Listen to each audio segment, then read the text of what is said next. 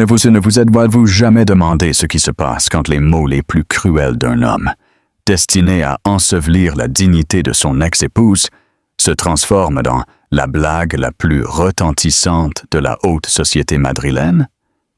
Ce n'est pas une fantaisie hollywoodienne.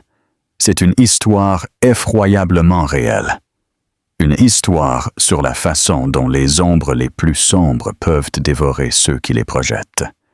Et en seulement une semaine, le monde d'un magnat allait s'effondrer complètement lorsque la femme qu'il pensait avoir effacée apparut en couverture de El Aristocrata, au bras d'un homme dont le nom pouvait acheter et vendre tout son empire.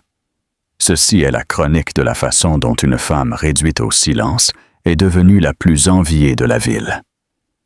L'air du grand salon de l'hôtel Ritz de Madrid était imprégné du parfum d'argent ancien et d'ambition démesurée. C'était le gala annuel de la Fondation Sueños de Papel, un événement qui, plus que de la charité, était un brutal calcul silencieux de la hiérarchie sociale de l'élite espagnole.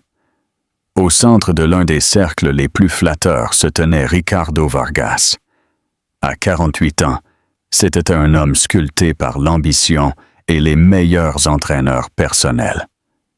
Son empire immobilier, Vargas Propiedades, était un témoignage de sa cruauté, et son récent divorce était, à ses yeux, une autre acquisition réussie.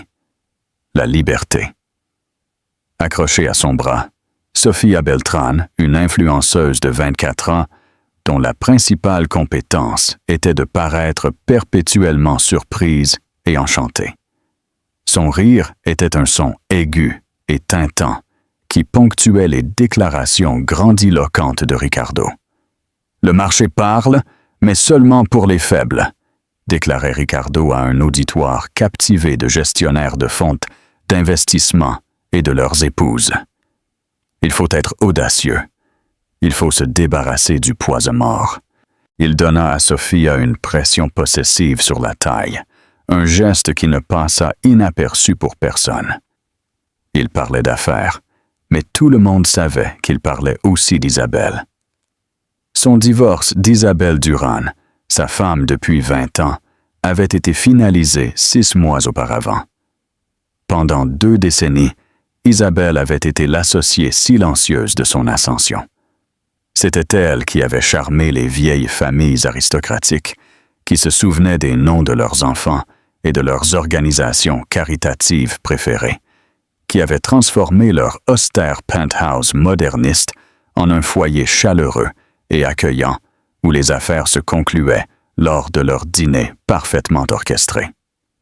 Elle avait mis sa carrière prometteuse d'historienne de l'art en pause indéfinie pour construire l'empire Vargas. Son paiement fut une exécution sommaire de leur mariage, remise le jour de leur 20e anniversaire. Plus tard dans la soirée, galvanisé par le champagne millésimé et un sens de sa propre personne démesurément gonflé, Ricardo était à son apogée près des tables de l'enchère silencieuse. Diego Herrera, un promoteur rival, s'approcha avec un sourire espiègle aux lèvres. « Ricardo, quel plaisir de te voir », commença Diego, ses yeux se dirigeant vers Sofía. « Je te vois revitalisé. »« Je le suis, Diego. J'ai éliminé les glucides. » Ricardo ricana, et ses acolytes rirent en chœur. « Et d'autres bagages inutiles. » Parlant de cela, Diego baissa la voix d'un air conspirateur. « J'ai vu Isabelle l'autre jour au musée du Prado. Elle était... elle était là. » Les mots non dits flottaient dans l'air. Elle avait l'air éteinte. Elle avait l'air perdue. Elle avait l'air vieille.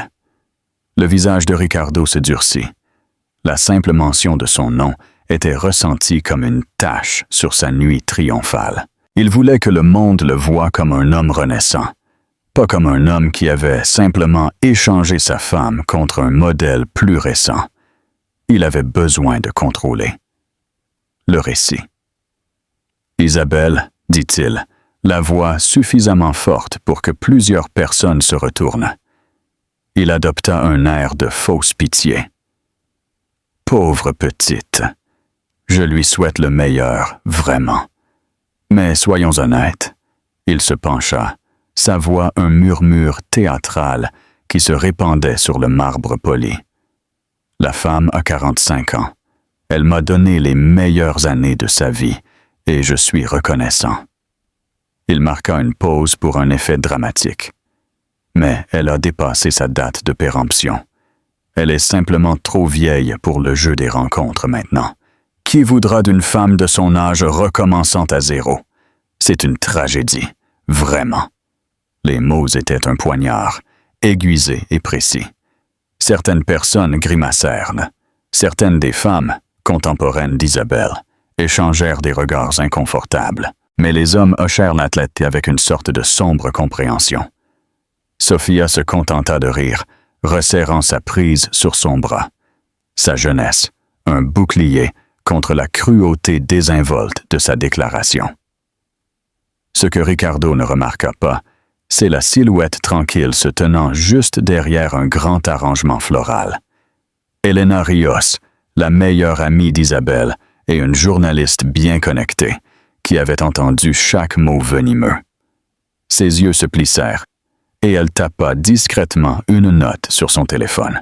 À des kilomètres de là, dans un appartement tranquille du quartier de Salamanca, qui ressemblait plus à une bibliothèque qu'à un foyer, Isabelle Duran ignorait le dernier clou public que son ex-mari enfonçait dans le cercueil de sa dignité.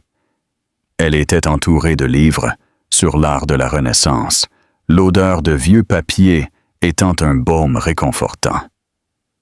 Le divorce l'avait laissée financièrement en sécurité, mais émotionnellement vide. Elle avait passé 20 ans à graviter autour de Ricardo, sa propre lumière atténuée pour que la sienne brille plus fort. Maintenant, dans l'obscurité soudaine, elle se sentait invisible. Son téléphone vibra.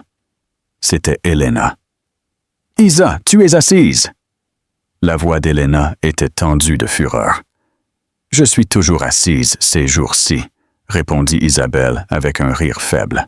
« Qu'est-ce qui ne va pas ?» Elena raconta la conversation mot par mot brutale. Isabelle écouta en silence, sa main serrant l'accoudoir de sa chaise si fort que ses jointures devinrent blanches. Chaque syllabe était un coup physique. Dépasser sa date de péremption. Trop vieille pour sortir. Une tragédie.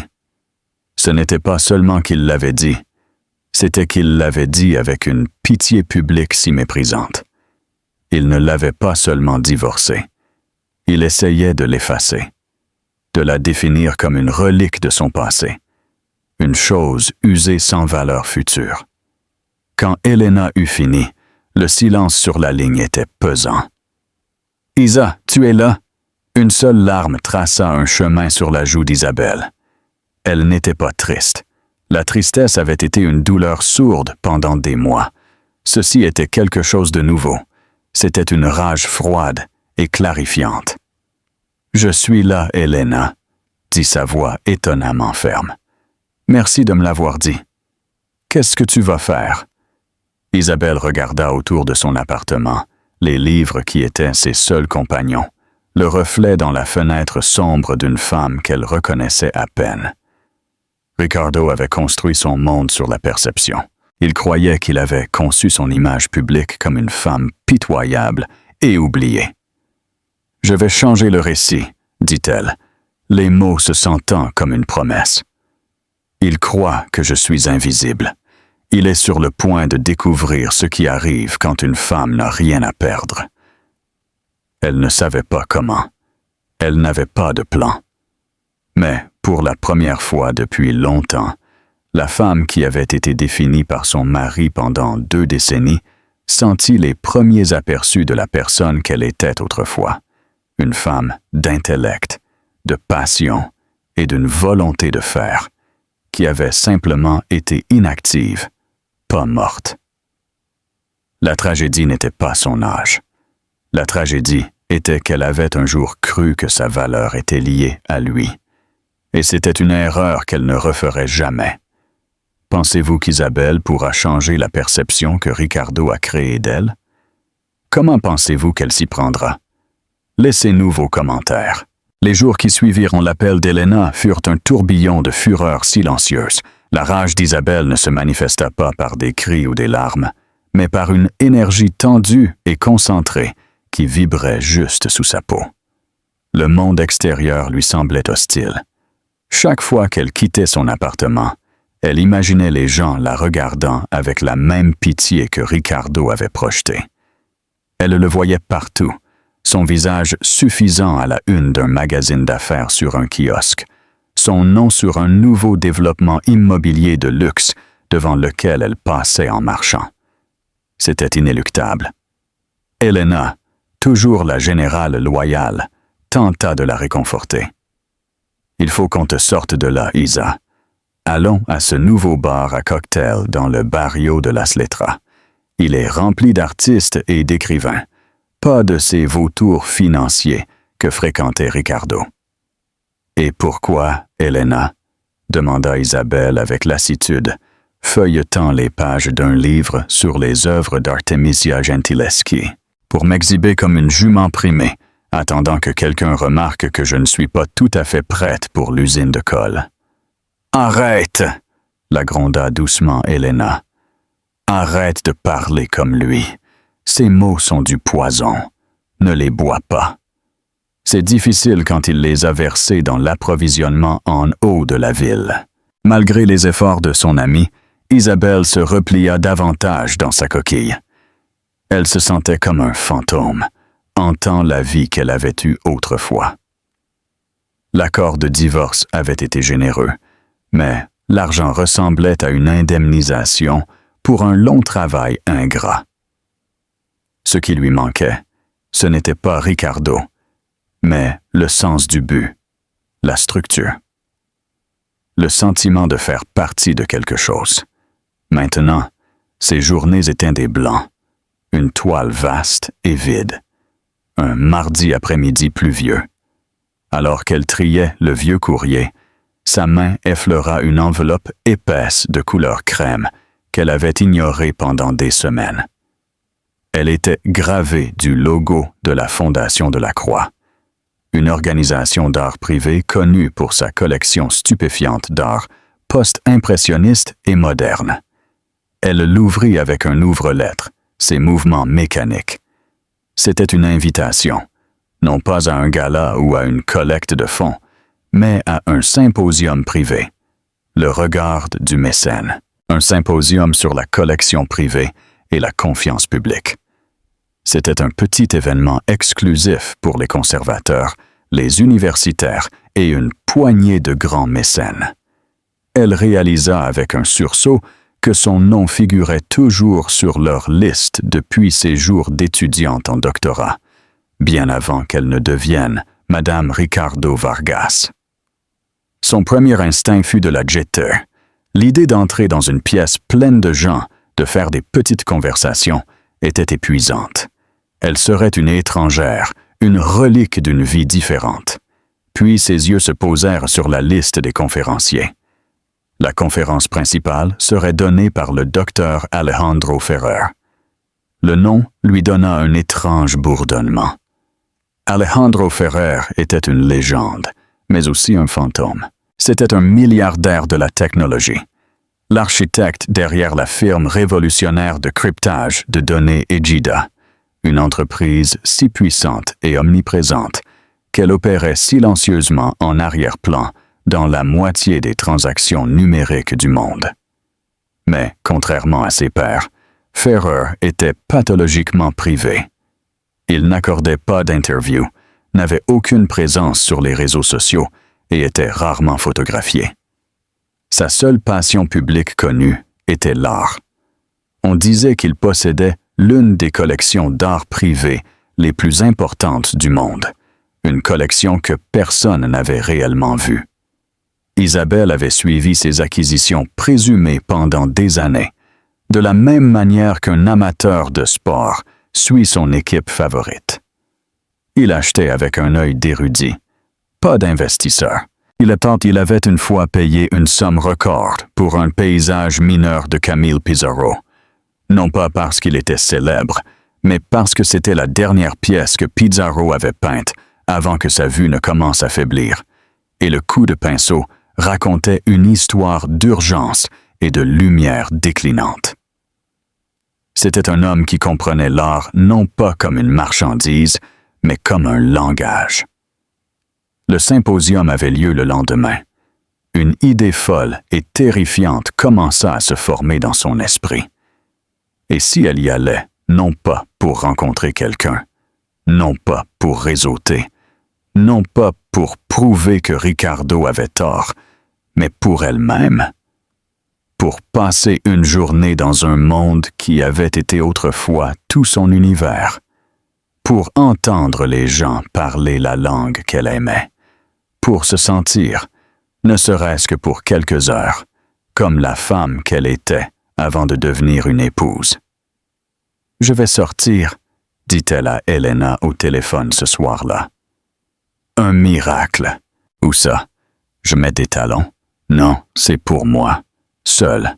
Le lendemain, Isabelle se tint devant son placard, un endroit rempli de robes de créateurs et de tailleurs puissants, choisis pour compléter l'image de Ricardo.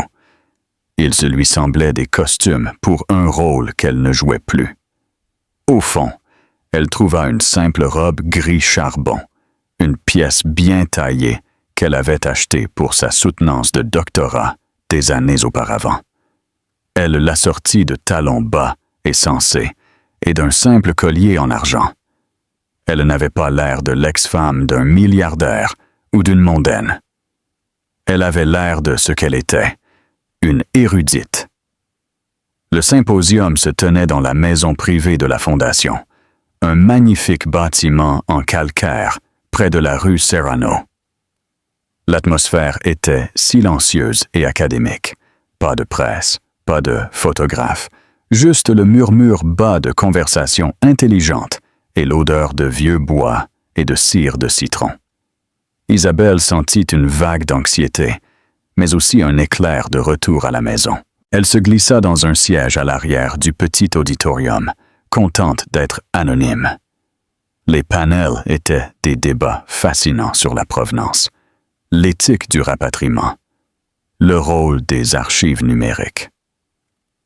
Pour la première fois depuis des mois, Isabelle ne pensait pas à Ricardo, ni à Sofia, ni à ce que les gens pensaient d'elle. Elle était complètement absorbée, griffonnant des notes sur un petit carnet Moleskine. Le dernier orateur fut Alejandro Ferrer. Il n'était pas ce à quoi elle s'attendait. Il était grand et mince, peut-être dans la cinquantaine, avec des cheveux argentés aux tempes et des yeux qui semblaient tout absorbés autour de lui. Il portait une simple veste en tweed sombre, sans cravate. Il ne parla pas depuis un pupitre, mais marcha lentement sur la scène, sa voix calme et mesurée.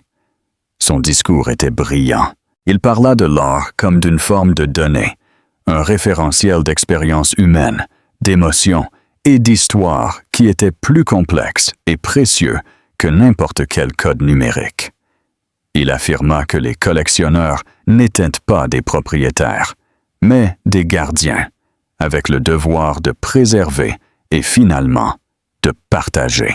Pendant la séance de questions-réponses, un conservateur du musée Reina Sofia posa une question sur une esquisse de Modigliani récemment découverte et contestée.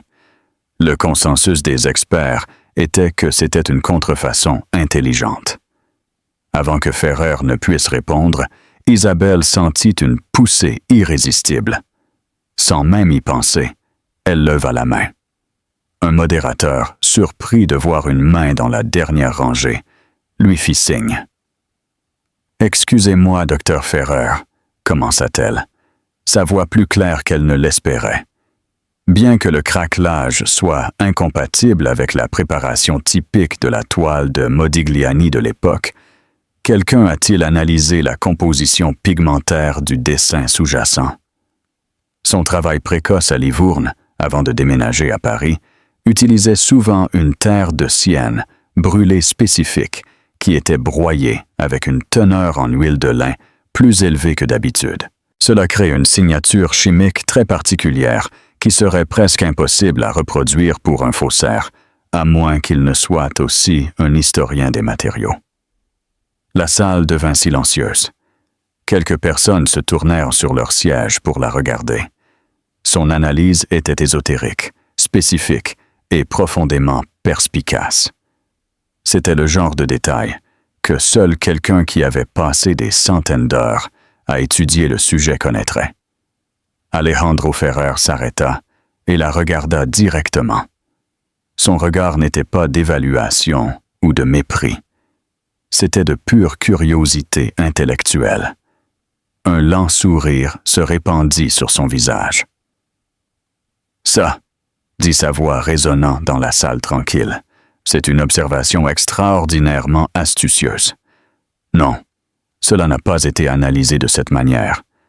Vous venez de donner au département de conservation du Reina Sofia une nouvelle piste d'enquête. » Il maintint son regard un moment de plus. « Merci, mademoiselle Duran, » dit-elle, son cœur battant fort. « Isabelle Duran. » Il hocha lentement la tête. « Mademoiselle Duran, merci. » Alors que le symposium prenait une courte pause pour une réception, Isabelle, nerveuse de sa propre audace, tenta de s'éclipser inaperçue. Elle avait fait ce qu'elle était venue faire. Elle s'était souvenue de qui elle était. Mademoiselle Duran. Elle se retourna. Alejandro Ferrer était là, tenant 2 verres d'eau. Il lui en offrit un.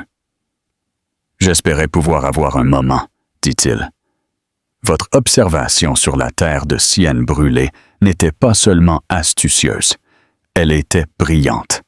C'est un niveau de connaissance matérielle que l'on trouve rarement en dehors d'un laboratoire de restauration. »« Je suis conservatrice maintenant, » dit Isabelle, prenant le verre. « Une historienne de l'art, où je l'étais. Ça fait un moment. Une telle passion ne disparaît pas comme ça, dit-il, ses yeux aimables. Peut-être qu'elle reste en sommeil. Je serais très intéressé d'en savoir plus sur votre travail. Le travail réel, pas la parenthèse récente. » Il le dit avec un respect si simple et direct qu'Isabelle sentit l'armure qu'elle avait construite autour d'elle commencer à se fissurer. Il ne regardait pas son âge, son statut matrimonial ou sa position sociale. Il la regardait, elle, son esprit. Pendant l'heure suivante, ils restèrent dans un coin tranquille de la réception. Et pour la première fois en 20 ans, Isabelle parla d'art. Elle parla de la façon dont Gentileschi utilisait le clair-obscur non seulement pour un effet dramatique, mais comme une arme. Elle parla des allégories politiques cachées dans les portraits de la Renaissance. Elle oublia où elle était. Elle oublia Ricardo. Elle oublia qu'elle était censée être trop vieille. Elle était simplement Isabelle. Et pour la première fois, elle sentit que c'était plus que suffisant. Quand elle quitta enfin la maison et sortit dans l'air du soir, la ville semblait différente. Les lumières semblaient plus brillantes, non plus hostiles, mais pleines de promesses. Elle était entrée dans ce bâtiment comme un fantôme, mais elle en sortait comme elle-même.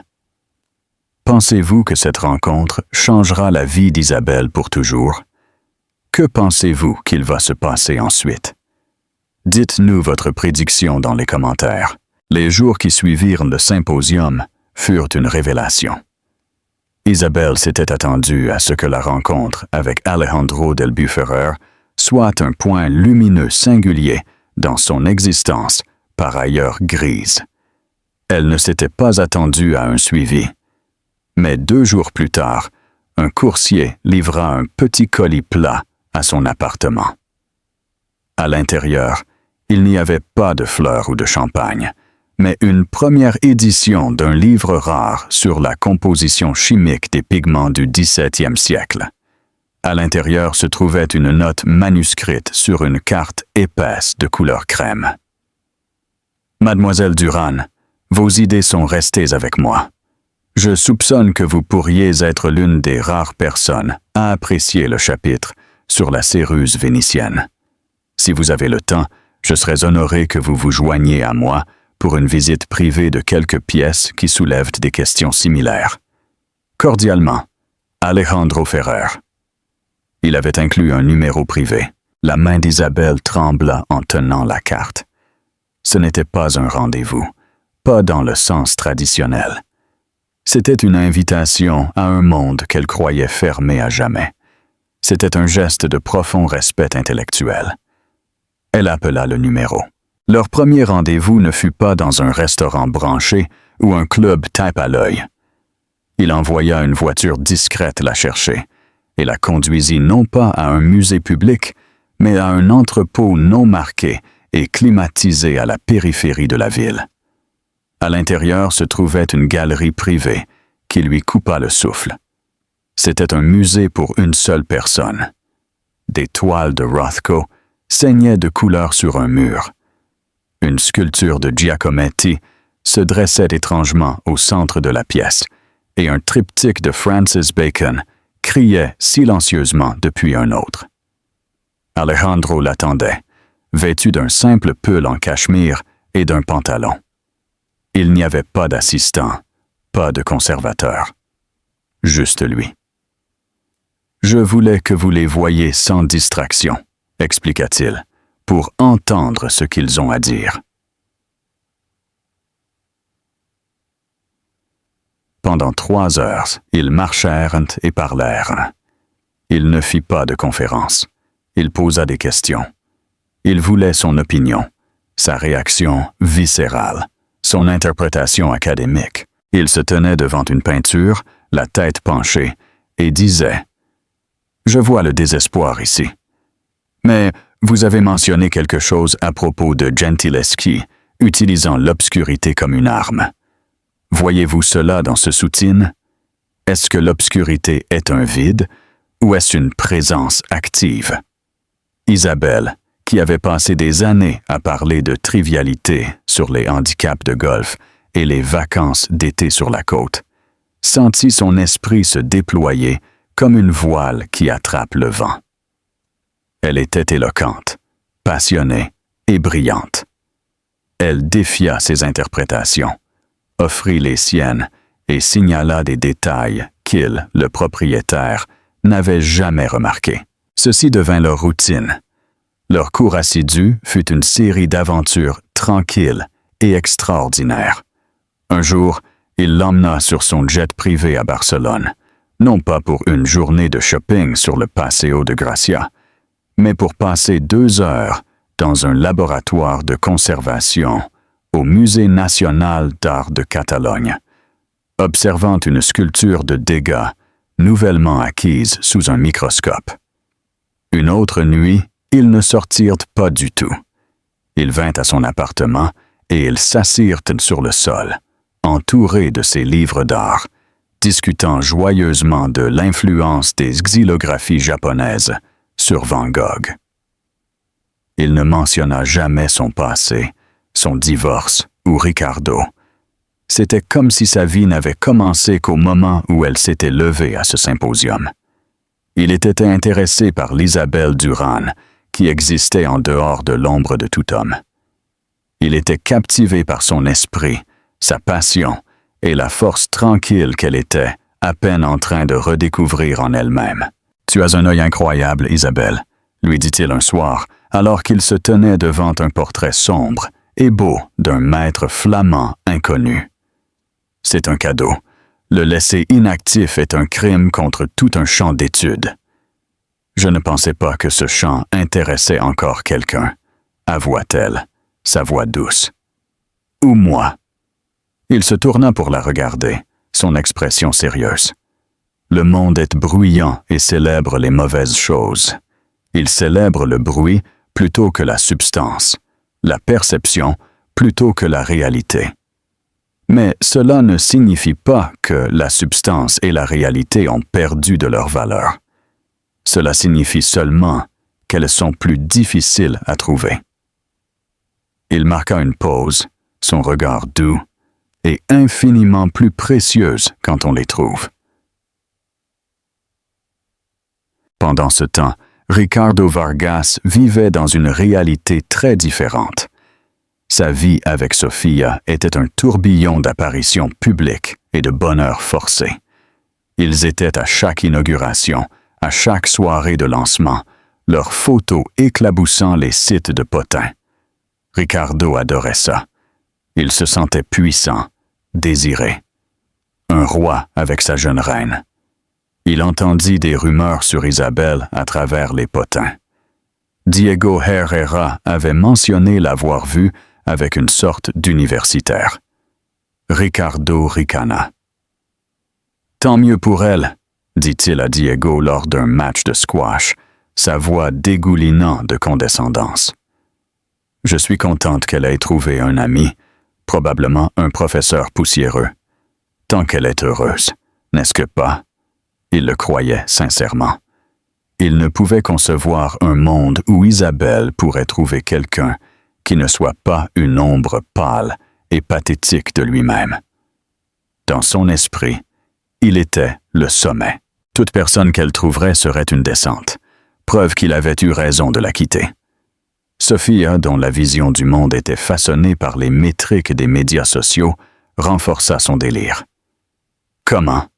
Qui sortirait sérieusement avec quelqu'un d'aussi vieux? Avait-elle dit un soir en parcourant son téléphone. Sans offense pour Isa, mais sa marque a juste expiré.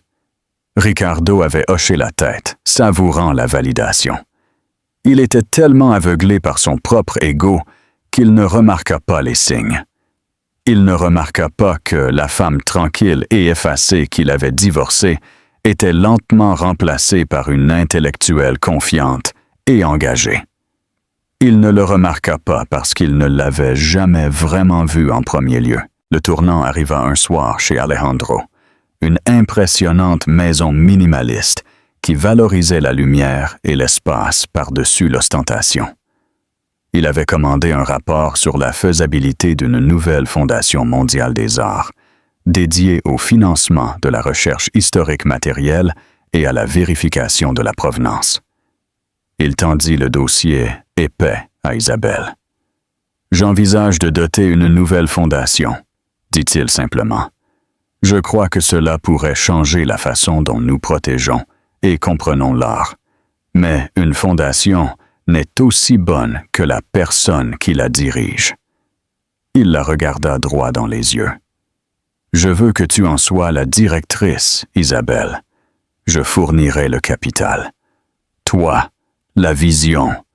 Tu aurais une autonomie totale. » Isabelle était sans voix. Ce n'était pas seulement une offre d'emploi, c'était une restauration. C'était lui remettant les outils pour reconstruire la partie de sa vie qu'elle avait été forcée d'abandonner. Les larmes montèrent à ses yeux, mais pour la première fois depuis un an, c'étaient des larmes de gratitude écrasantes. « Alejandro, tu n'as pas à répondre maintenant, » dit-il gentiment. « Mais tu dois savoir que je te vois, Isabelle Duran, et je te trouve extraordinaire. » Plus tard cette nuit-là, alors qu'il se tenait sur sa terrasse surplombant la ville, il prit doucement sa main. Ce n'était pas la poigne possessive de Ricardo, mais une présence chaude et ferme. « Il y a une autre raison pour laquelle je veux que tu diriges la fondation, » dit sa voix un murmure bas contre le bourdonnement de la ville. « Cela rendrait la coordination de nos horaires beaucoup plus facile, en supposant que tu serais disposé à m'épouser. » Le cœur d'Isabelle s'arrêta. Ce n'était pas une demande en mariage grandiose et dramatique. C'était tranquille, sûr et complètement sincère. C'était une demande en mariage d'un homme qui voulait une partenaire, pas une possession. Il ne demandait pas à la femme de diriger son foyer, mais à la femme qui dirigerait une fondation mondiale. Il la demandait, elle. Elle regarda son visage, éclairé par les lumières de la ville, et vit son avenir. Ce n'était pas une question d'argent ou de statut. C'était une question de respect. Il s'agissait d'être vu. « Oui, murmura-t-elle. Oui, Alejandro, je t'épouserai. Ils scellèrent leur engagement, non pas avec un selfie de bague en diamant pour Instagram, mais avec un toast tranquille au champagne, leur conversation se tournant immédiatement vers les plans passionnants pour leur avenir et pour la fondation. Ils formaient une équipe. Aucun d'eux ne pensa à Ricardo Vargas. Mais ailleurs dans la ville, les rouages du destin tournaient, se préparant à une révélation qui allait briser le monde soigneusement construit d'un homme et exposer le vide en son centre. Le cours assidu tranquille était terminé. La tempête était sur le point d'éclater. Que pensez-vous qu'il va arriver à Ricardo maintenant qu'Isabelle est sur le point d'épouser Alejandro Ferrer? Pensez-vous que cette histoire aura un tournant inattendu? La semaine suivante commença comme n'importe quelle autre pour Ricardo Vargas. Il se réveilla dans son penthouse stérile au mur de verre, Sofia encore endormie à côté de lui, son visage écrasé contre une tête d'oreiller en soie. Il effectua sa routine matinale avec la précision d'une machine. Un bain froid, un shake protéiné personnalisé et un scan des nouvelles financières sur sa tablette. Il était au sommet du monde et il le savait. Un accord majeur pour développer une nouvelle tour de la ville était sur le point d'être finalisé. Un accord qui cimenterait son héritage comme l'un des principaux promoteurs de la ville. Il arriva à son bureau chez Vargas Propiedades, un monument d'acier et d'ego dans le centre-ville, se sentant invincible. Son assistante, une jeune femme nerveuse nommée Carla, le salua avec son expresso habituel. « Bonjour, Monsieur Vargas. Votre réunion de 10 heures avec le conseil d'urbanisme est confirmée. »« Excellent, Carla. Des incendies à éteindre ?» demanda-t-il, se dirigeant vers son bureau d'angle. « Non, monsieur. Tout est calme. » Mais tout n'était pas calme. Sur les kiosques à journaux de Madrid, une autre histoire se déroulait. N'était pas en première page de Expansion ou dans les colonnes de potins du monde. Elle était en couverture de El Aristocrata, un magazine sophistiqué et influent lu par l'argent ancien et les véritablement puissants. C'était le genre de magazine où Ricardo voulait désespérément être, mais n'y parvenait jamais. Il préférait la substance au clinquant. La couverture était un chef-d'œuvre d'élégance discrète. C'était une photographie en noir et blanc, prise par un photographe de renommée mondiale. Dessus, Isabelle Durán riait, pas un rire posé et conscient, mais une joie véritable et non altérée. Elle ne portait pas de robe de soirée, mais un simple et élégant pull en cachemire. Ses cheveux étaient lâchés et son visage, le visage d'une femme de 45 ans, était lumineux. Sa main reposait sur le bras d'un homme qui était assis à côté d'elle. Sa propre expression était d'adoration tranquille et profonde. Cet homme était Alejandro Ferrer. Le titre, en gras et en police classique, disait « Silence rompu ». L'énigmatique aboïque Alejandro Ferrer sur l'amour, l'art et la femme qui a tout changé, annonçant ses fiançailles avec l'érudite Isabelle Durán. La première secousse de la chute de Ricardo ne se produisit pas dans son bureau, mais au club sportif exclusif où son rival, Diego Herrera, prenait son petit déjeuner après l'entraînement. Herrera s'étouffa avec sa tartine d'avocat lorsque ses associés glissèrent le magazine sur la table. Ses yeux s'écarquillèrent d'abord d'incrédulité, puis de pur schadenfreude non altéré. Il prit immédiatement une photo de la couverture avec son téléphone. Le SMS arriva sur le téléphone de Ricardo juste au moment où il s'asseyait pour sa réunion. C'était de Herrera. Sans mots. Juste la photo de la couverture du magazine. Ricardo la fixa. Son cerveau ne pouvait pas traiter l'image. Isabelle riant avec. Il plissa les yeux. Il ne reconnut pas l'homme au début. Il ressemblait à un professeur d'université. Puis, il lut le titre. Alejandro Ferrer. Le nom le frappa comme un coup physique. Alejandro Ferrer, le dieu reclus de la technologie. L'homme dont la valeur nette était estimée dans la gamme des 12 chiffres, un nombre qui faisait que la fortune considérable de Ricardo semblait être de la petite monnaie. Ce n'était pas possible. Ça devait être une blague sophistiquée. Isabelle, son ex-épouse universitaire et rate de bibliothèque, qu'il avait publiquement plainte d'être trop vieille pour sortir, était fiancée à l'un des hommes les plus riches, les plus privés et les plus respectés de la planète. Monsieur Vargas, dit l'un des fonctionnaires de l'urbanisme, le regardant avec inquiétude. Ça va? Vous êtes devenu pâle. Ricardo secoua la tête, essayant d'éclaircir le brouillard de confusion et de rage. Bien, parvint-il à croasser. Commençons. Mais il ne pouvait pas se concentrer. Les mots de la réunion n'étaient que du bruit. Son esprit était en boucle, rejouant ses propres déclarations arrogantes lors du gala de charité. Dépasser sa date de péremption. Une tragédie.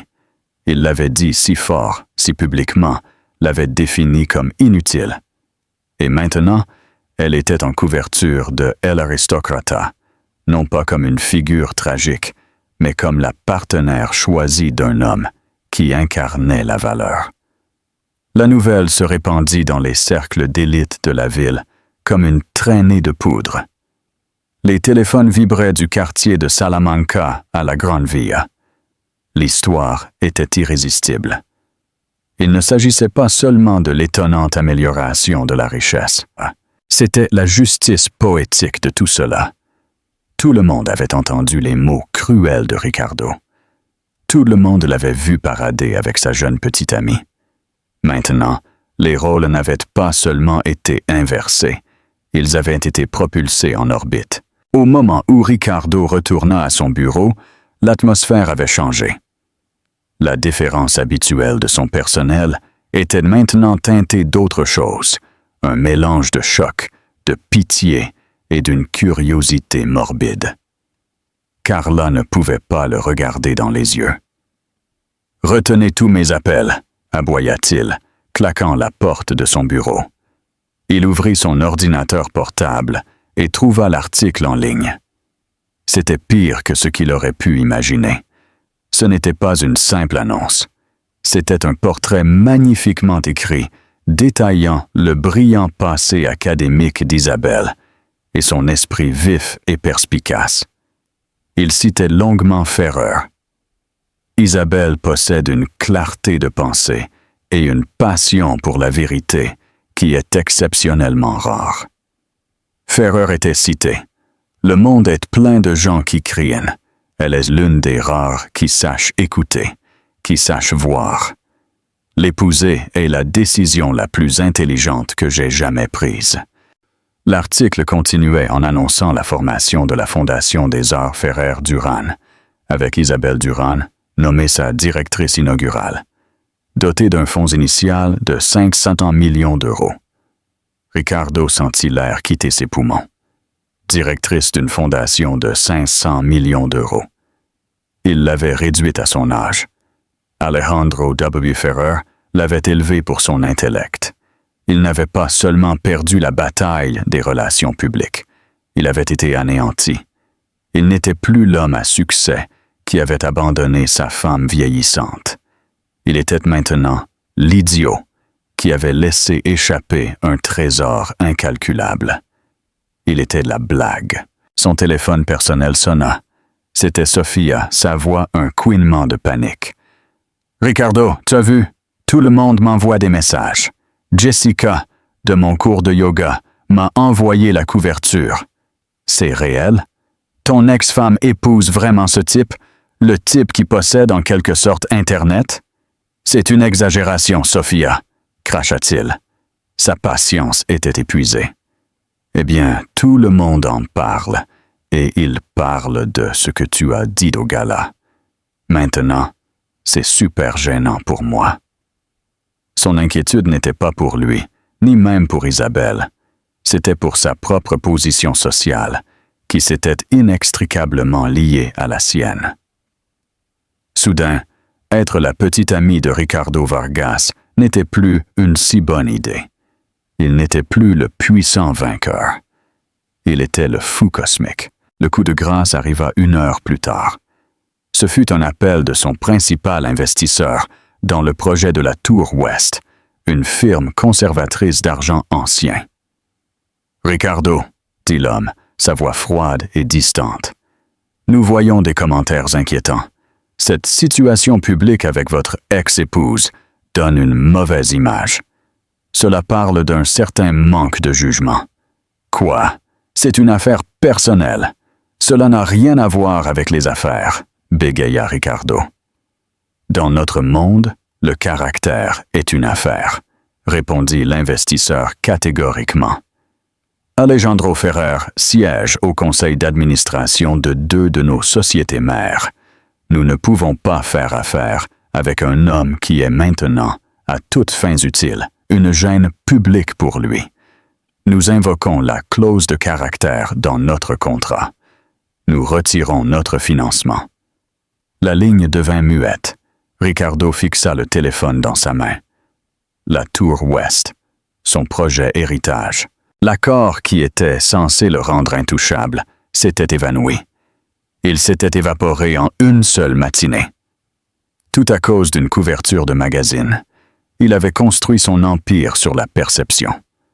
Et en un clin d'œil, la perception avait changé. Il n'était pas le requin. Il était l'appât. Il se pencha et mit sa tête dans ses mains. Le silence de son bureau opulent était soudain assourdissant. Il avait dit à tout le monde que son ex-femme était une tragédie. Il venait de réaliser que la tragédie était la sienne. Pensez-vous que Ricardo apprendra de ses erreurs? Comment pensez-vous que sa vie changera après cela? L'humiliation est un acide puissant. Pour Ricardo Vargas, elle brûla son ego, sa réputation, et maintenant, ses finances. L'effondrement de l'accord de la Tour Ouest envoya des ondes de choc à travers son entreprise. Vargas Propiedades était très endetté, comptant sur le succès de ce projet. Le retrait public d'un investisseur majeur pour une clause de caractère fut un signal pour toutes les autres banques et partenaires. Ricardo Vargas était un mauvais pari. Les lignes de crédit se resserrèrent. Des murmures d'insolvabilité commencèrent à circuler. Sa vie personnelle se désintégrait tout aussi rapidement. Sophia, dont la loyauté était au statut, pas à un homme, vit l'écriture sur le mur. Leurs disputes devinrent plus fréquentes et vicieuses. « C'est ta faute, Ricardo !» avait-elle hurlé lors d'une dispute explosive. « Tu n'avais qu'à ouvrir ta grande bouche à propos de ton ex. Tu as fait de nous une blague. Tu sais ce que ça fait d'aller à un brunch et que tout le monde te plaigne. » 2 semaines après l'apparition du magazine, Sophia était partie. Elle n'avait même pas dit au revoir en personne. Juste un bref SMS avant qu'un fourgon de déménagement ne vide tranquillement ses affaires du penthouse. Son Instagram était nettoyé de toutes les photos de lui, remplacées par des publications cryptiques sur les nouveaux départs et la coupure de l'énergie toxique. Ruiné et de plus en plus désespéré, Ricardo fit ce qu'il n'aurait jamais pensé faire. Il tenta de contacter Isabelle. Ses premières tentatives furent des appels et des SMS, tous sans réponse. Puis il envoya un long email décousu, un mélange pathétique de remords fins et de menaces voilées concernant leur histoire commune. Il fut également accueilli par le silence. Finalement, il recourut à l'impensable. Il se rendit à son immeuble d'appartement dans le quartier de Salamanca, un endroit où il n'était pas allé depuis que leurs avocats avaient divisé leurs biens. Il appela son appartement, son cœur battant d'un cocktail toxique de rage et de désespoir. Une voix répondit par l'interphone, Mais ce n'était pas celle d'Isabelle. C'était la voix calme et ferme d'un professionnel de la sécurité. « Qui demande Mademoiselle Duran? »« C'est Ricardo Vargas, son ex-mari. J'ai besoin de lui parler. C'est urgent. » Il y eut une pause. « Mademoiselle Duran n'accepte pas de visite. Veuillez quitter les lieux, Monsieur Vargas.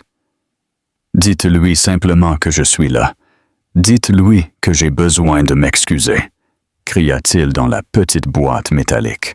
« Si vous ne partez pas, nous serons obligés d'appeler la police. » Vaincu, Ricardo tituba dans la rue. Il était bloqué. Non seulement de son immeuble, mais de sa vie. Du monde de la respectabilité qu'il avait autrefois commandé. Il regarda sa fenêtre, l'imaginant à l'intérieur vivant une vie qui lui était maintenant complètement inaccessible. Le haïssait-elle? Se réjouissait-elle de sa chute? La vérité était qu'Isabelle pensait rarement à lui. Sa vie était pleine. Elle était plongée dans le lancement de la fondation, recrutant un conseil d'administration de classe mondiale et examinant des propositions de subventions d'universitaires du monde entier. Ses journées étaient un tourbillon de réunions, de recherches et de débats passionnés avec Alejandro, qui n'était pas seulement son fiancé, mais son partenaire de débat intellectuel le plus enthousiaste. Son bonheur ne fut pas construit sur la ruine de Ricardo. Il fut construit sur sa propre redécouverte. La nouvelle de son effondrement professionnel et personnel lui parvint, bien sûr, par Elena, qui la livra avec une sombre satisfaction. Isabelle ressentit une tristesse distante et détachée, comme on pourrait ressentir en apprenant le malheur d'un ancien collègue d'un travail depuis longtemps terminé. Il était un chapitre de sa vie qui était maintenant clos, et elle n'avait aucun désir de le relire. Un soir, elle et Alejandro dînaient tranquillement à la maison. Isabelle mentionna les tentatives ratées de Ricardo pour la contacter. « Il semble qu'il s'effondre, » dit-elle, non pas avec malveillance, mais avec une sorte d'observation clinique. Elena a dit que l'accord de la tour ouest a été le dernier clou dans le cercueil de son entreprise. Alejandro sirota son vin, son expression illisible. Les principaux investisseurs dans ce projet, la firme Matrice, est un groupe de capital investissement appelé Inversiones Estrella del Norte. Il valorise la discrétion et le caractère par-dessus tout. Je suis surprise qu'ils aient agi si rapidement sur la base de ce qui était essentiellement des potins de la haute société, réfléchit Isabelle. Alejandro posa son verre et la regarda. Ce n'était pas seulement du bavardage, Isabelle. Je fais partie du conseil d'administration d'Inversiones Estrella del Norte. Isabelle le fixa. Les implications s'assimilent lentement. Cela ressemblait à une pièce de puzzle se mettant en place. Alejandro, tu n'as fait aucune exigence, dit-elle, sa voix calme et précise. Je ne le ferai jamais. Ta vengeance, si l'on peut appeler cela ainsi, était de vivre une vie si pleine et heureuse qu'il est devenu hors de propos. Ce fut ta victoire, et elle fut parfaite. Il marqua une pause, choisissant ses mots avec soin. Cependant, la question de l'exposition au risque de notre portefeuille est apparue lors de notre réunion trimestrielle du Conseil. J'ai simplement partagé mon opinion, en tant que membre du Conseil, que toute entreprise associée à un homme qui a fait preuve d'un jugement si profondément vicié, d'une cruauté et d'une instabilité publique que Ricardo Vargas était, par définition, un risque inacceptable.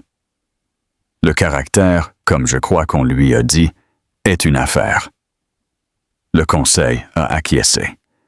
Ce fut une décision commerciale simple et logique. Ce fut le tournant.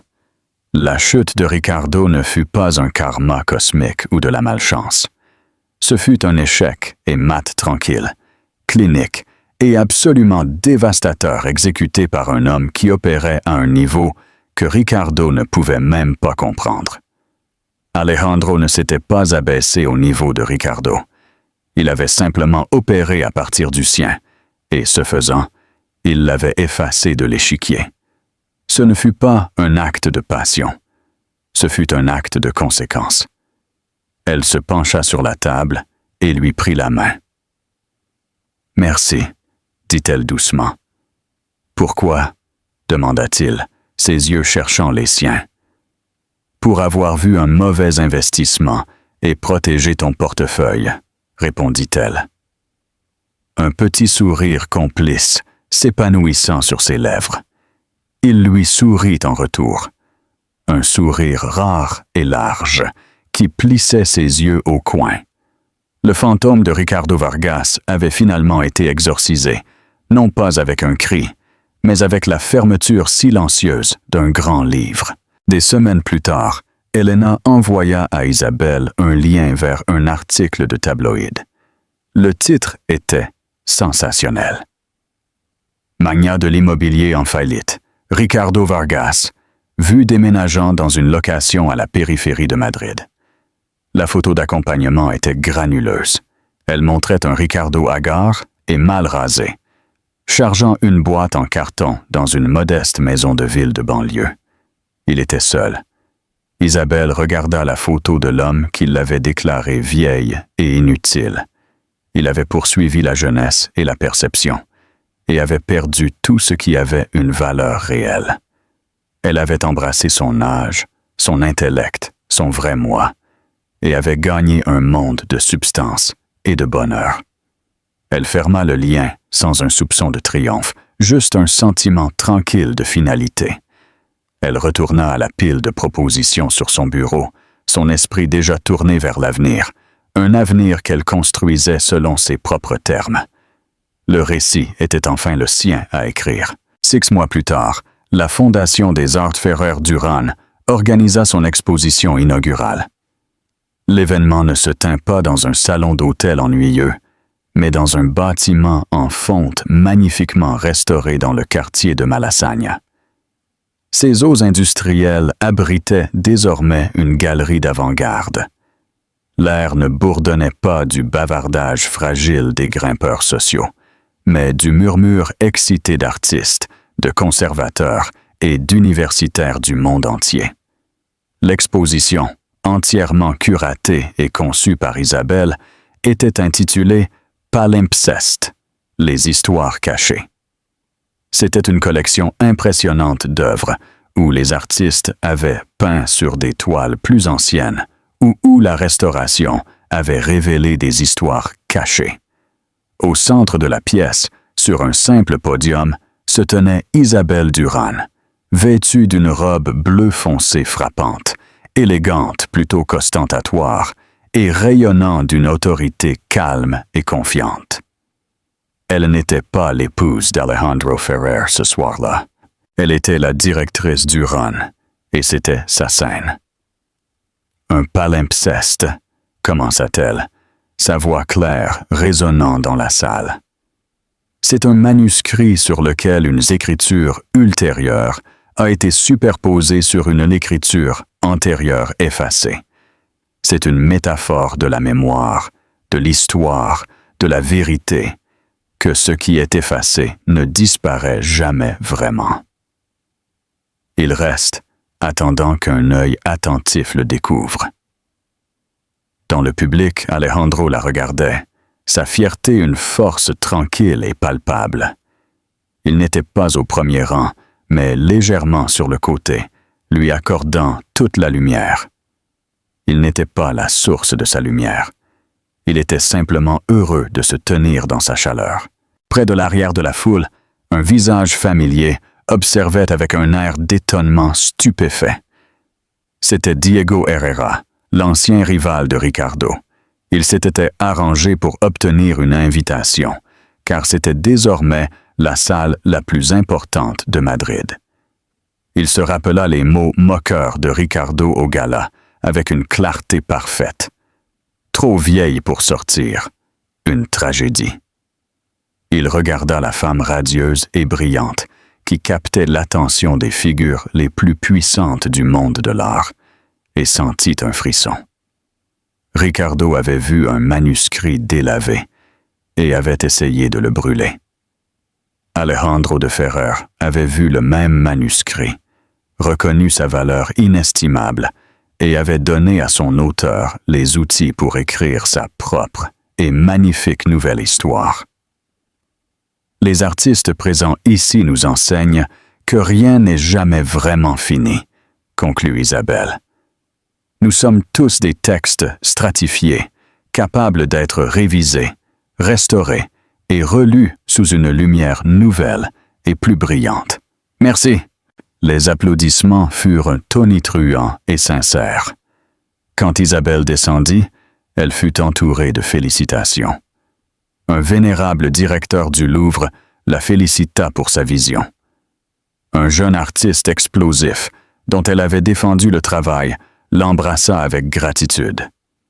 Après quelques minutes, Alejandro se fraya un chemin à travers la foule jusqu'à son côté. Il ne dit pas un mot. Il lui offrit simplement une coupe de champagne, ses yeux transmettant tout. « Tu étais brillante », murmura-t-il, juste pour ses oreilles. « J'étais moi », dit-elle, avec un sourire de pure satisfaction sur son visage. C'était la vérité la plus simple et la plus profonde.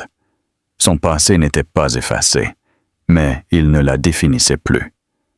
C'était simplement le texte effacé sous une histoire beaucoup plus intéressante, une histoire dont les chapitres les plus excitants restaient à écrire. En fin de compte, ce n'est pas seulement une histoire de vengeance, c'est une puissante leçon sur la valeur.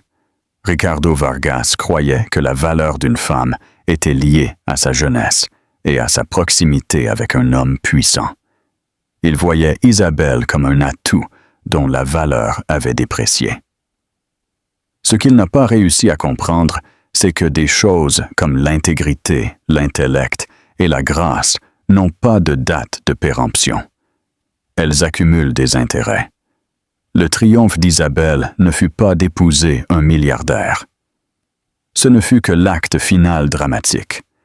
Sa véritable victoire fut de redécouvrir sa propre valeur dans un monde qui a essayé de lui dire qu'elle n'en avait aucune. Elle n'avait pas besoin d'un homme pour la sauver. Elle avait juste besoin de se souvenir de la femme brillante qu'elle était avant de connaître Ricardo. Son histoire est un témoignage du fait que la meilleure vengeance n'est pas de s'abaisser à leur niveau, mais de construire une vie si magnifique qu'ils ne font plus partie de votre paysage. Que pensez-vous de l'incroyable voyage d'Isabelle? Donnez-nous votre avis dans les commentaires ci-dessous. Et si vous croyez au pouvoir de réécrire votre propre histoire, n'oubliez pas d'aimer cette vidéo, de la partager avec quelqu'un qui a besoin de l'entendre, et de vous abonner pour plus de drames de la vie réelle qui vous feront réfléchir.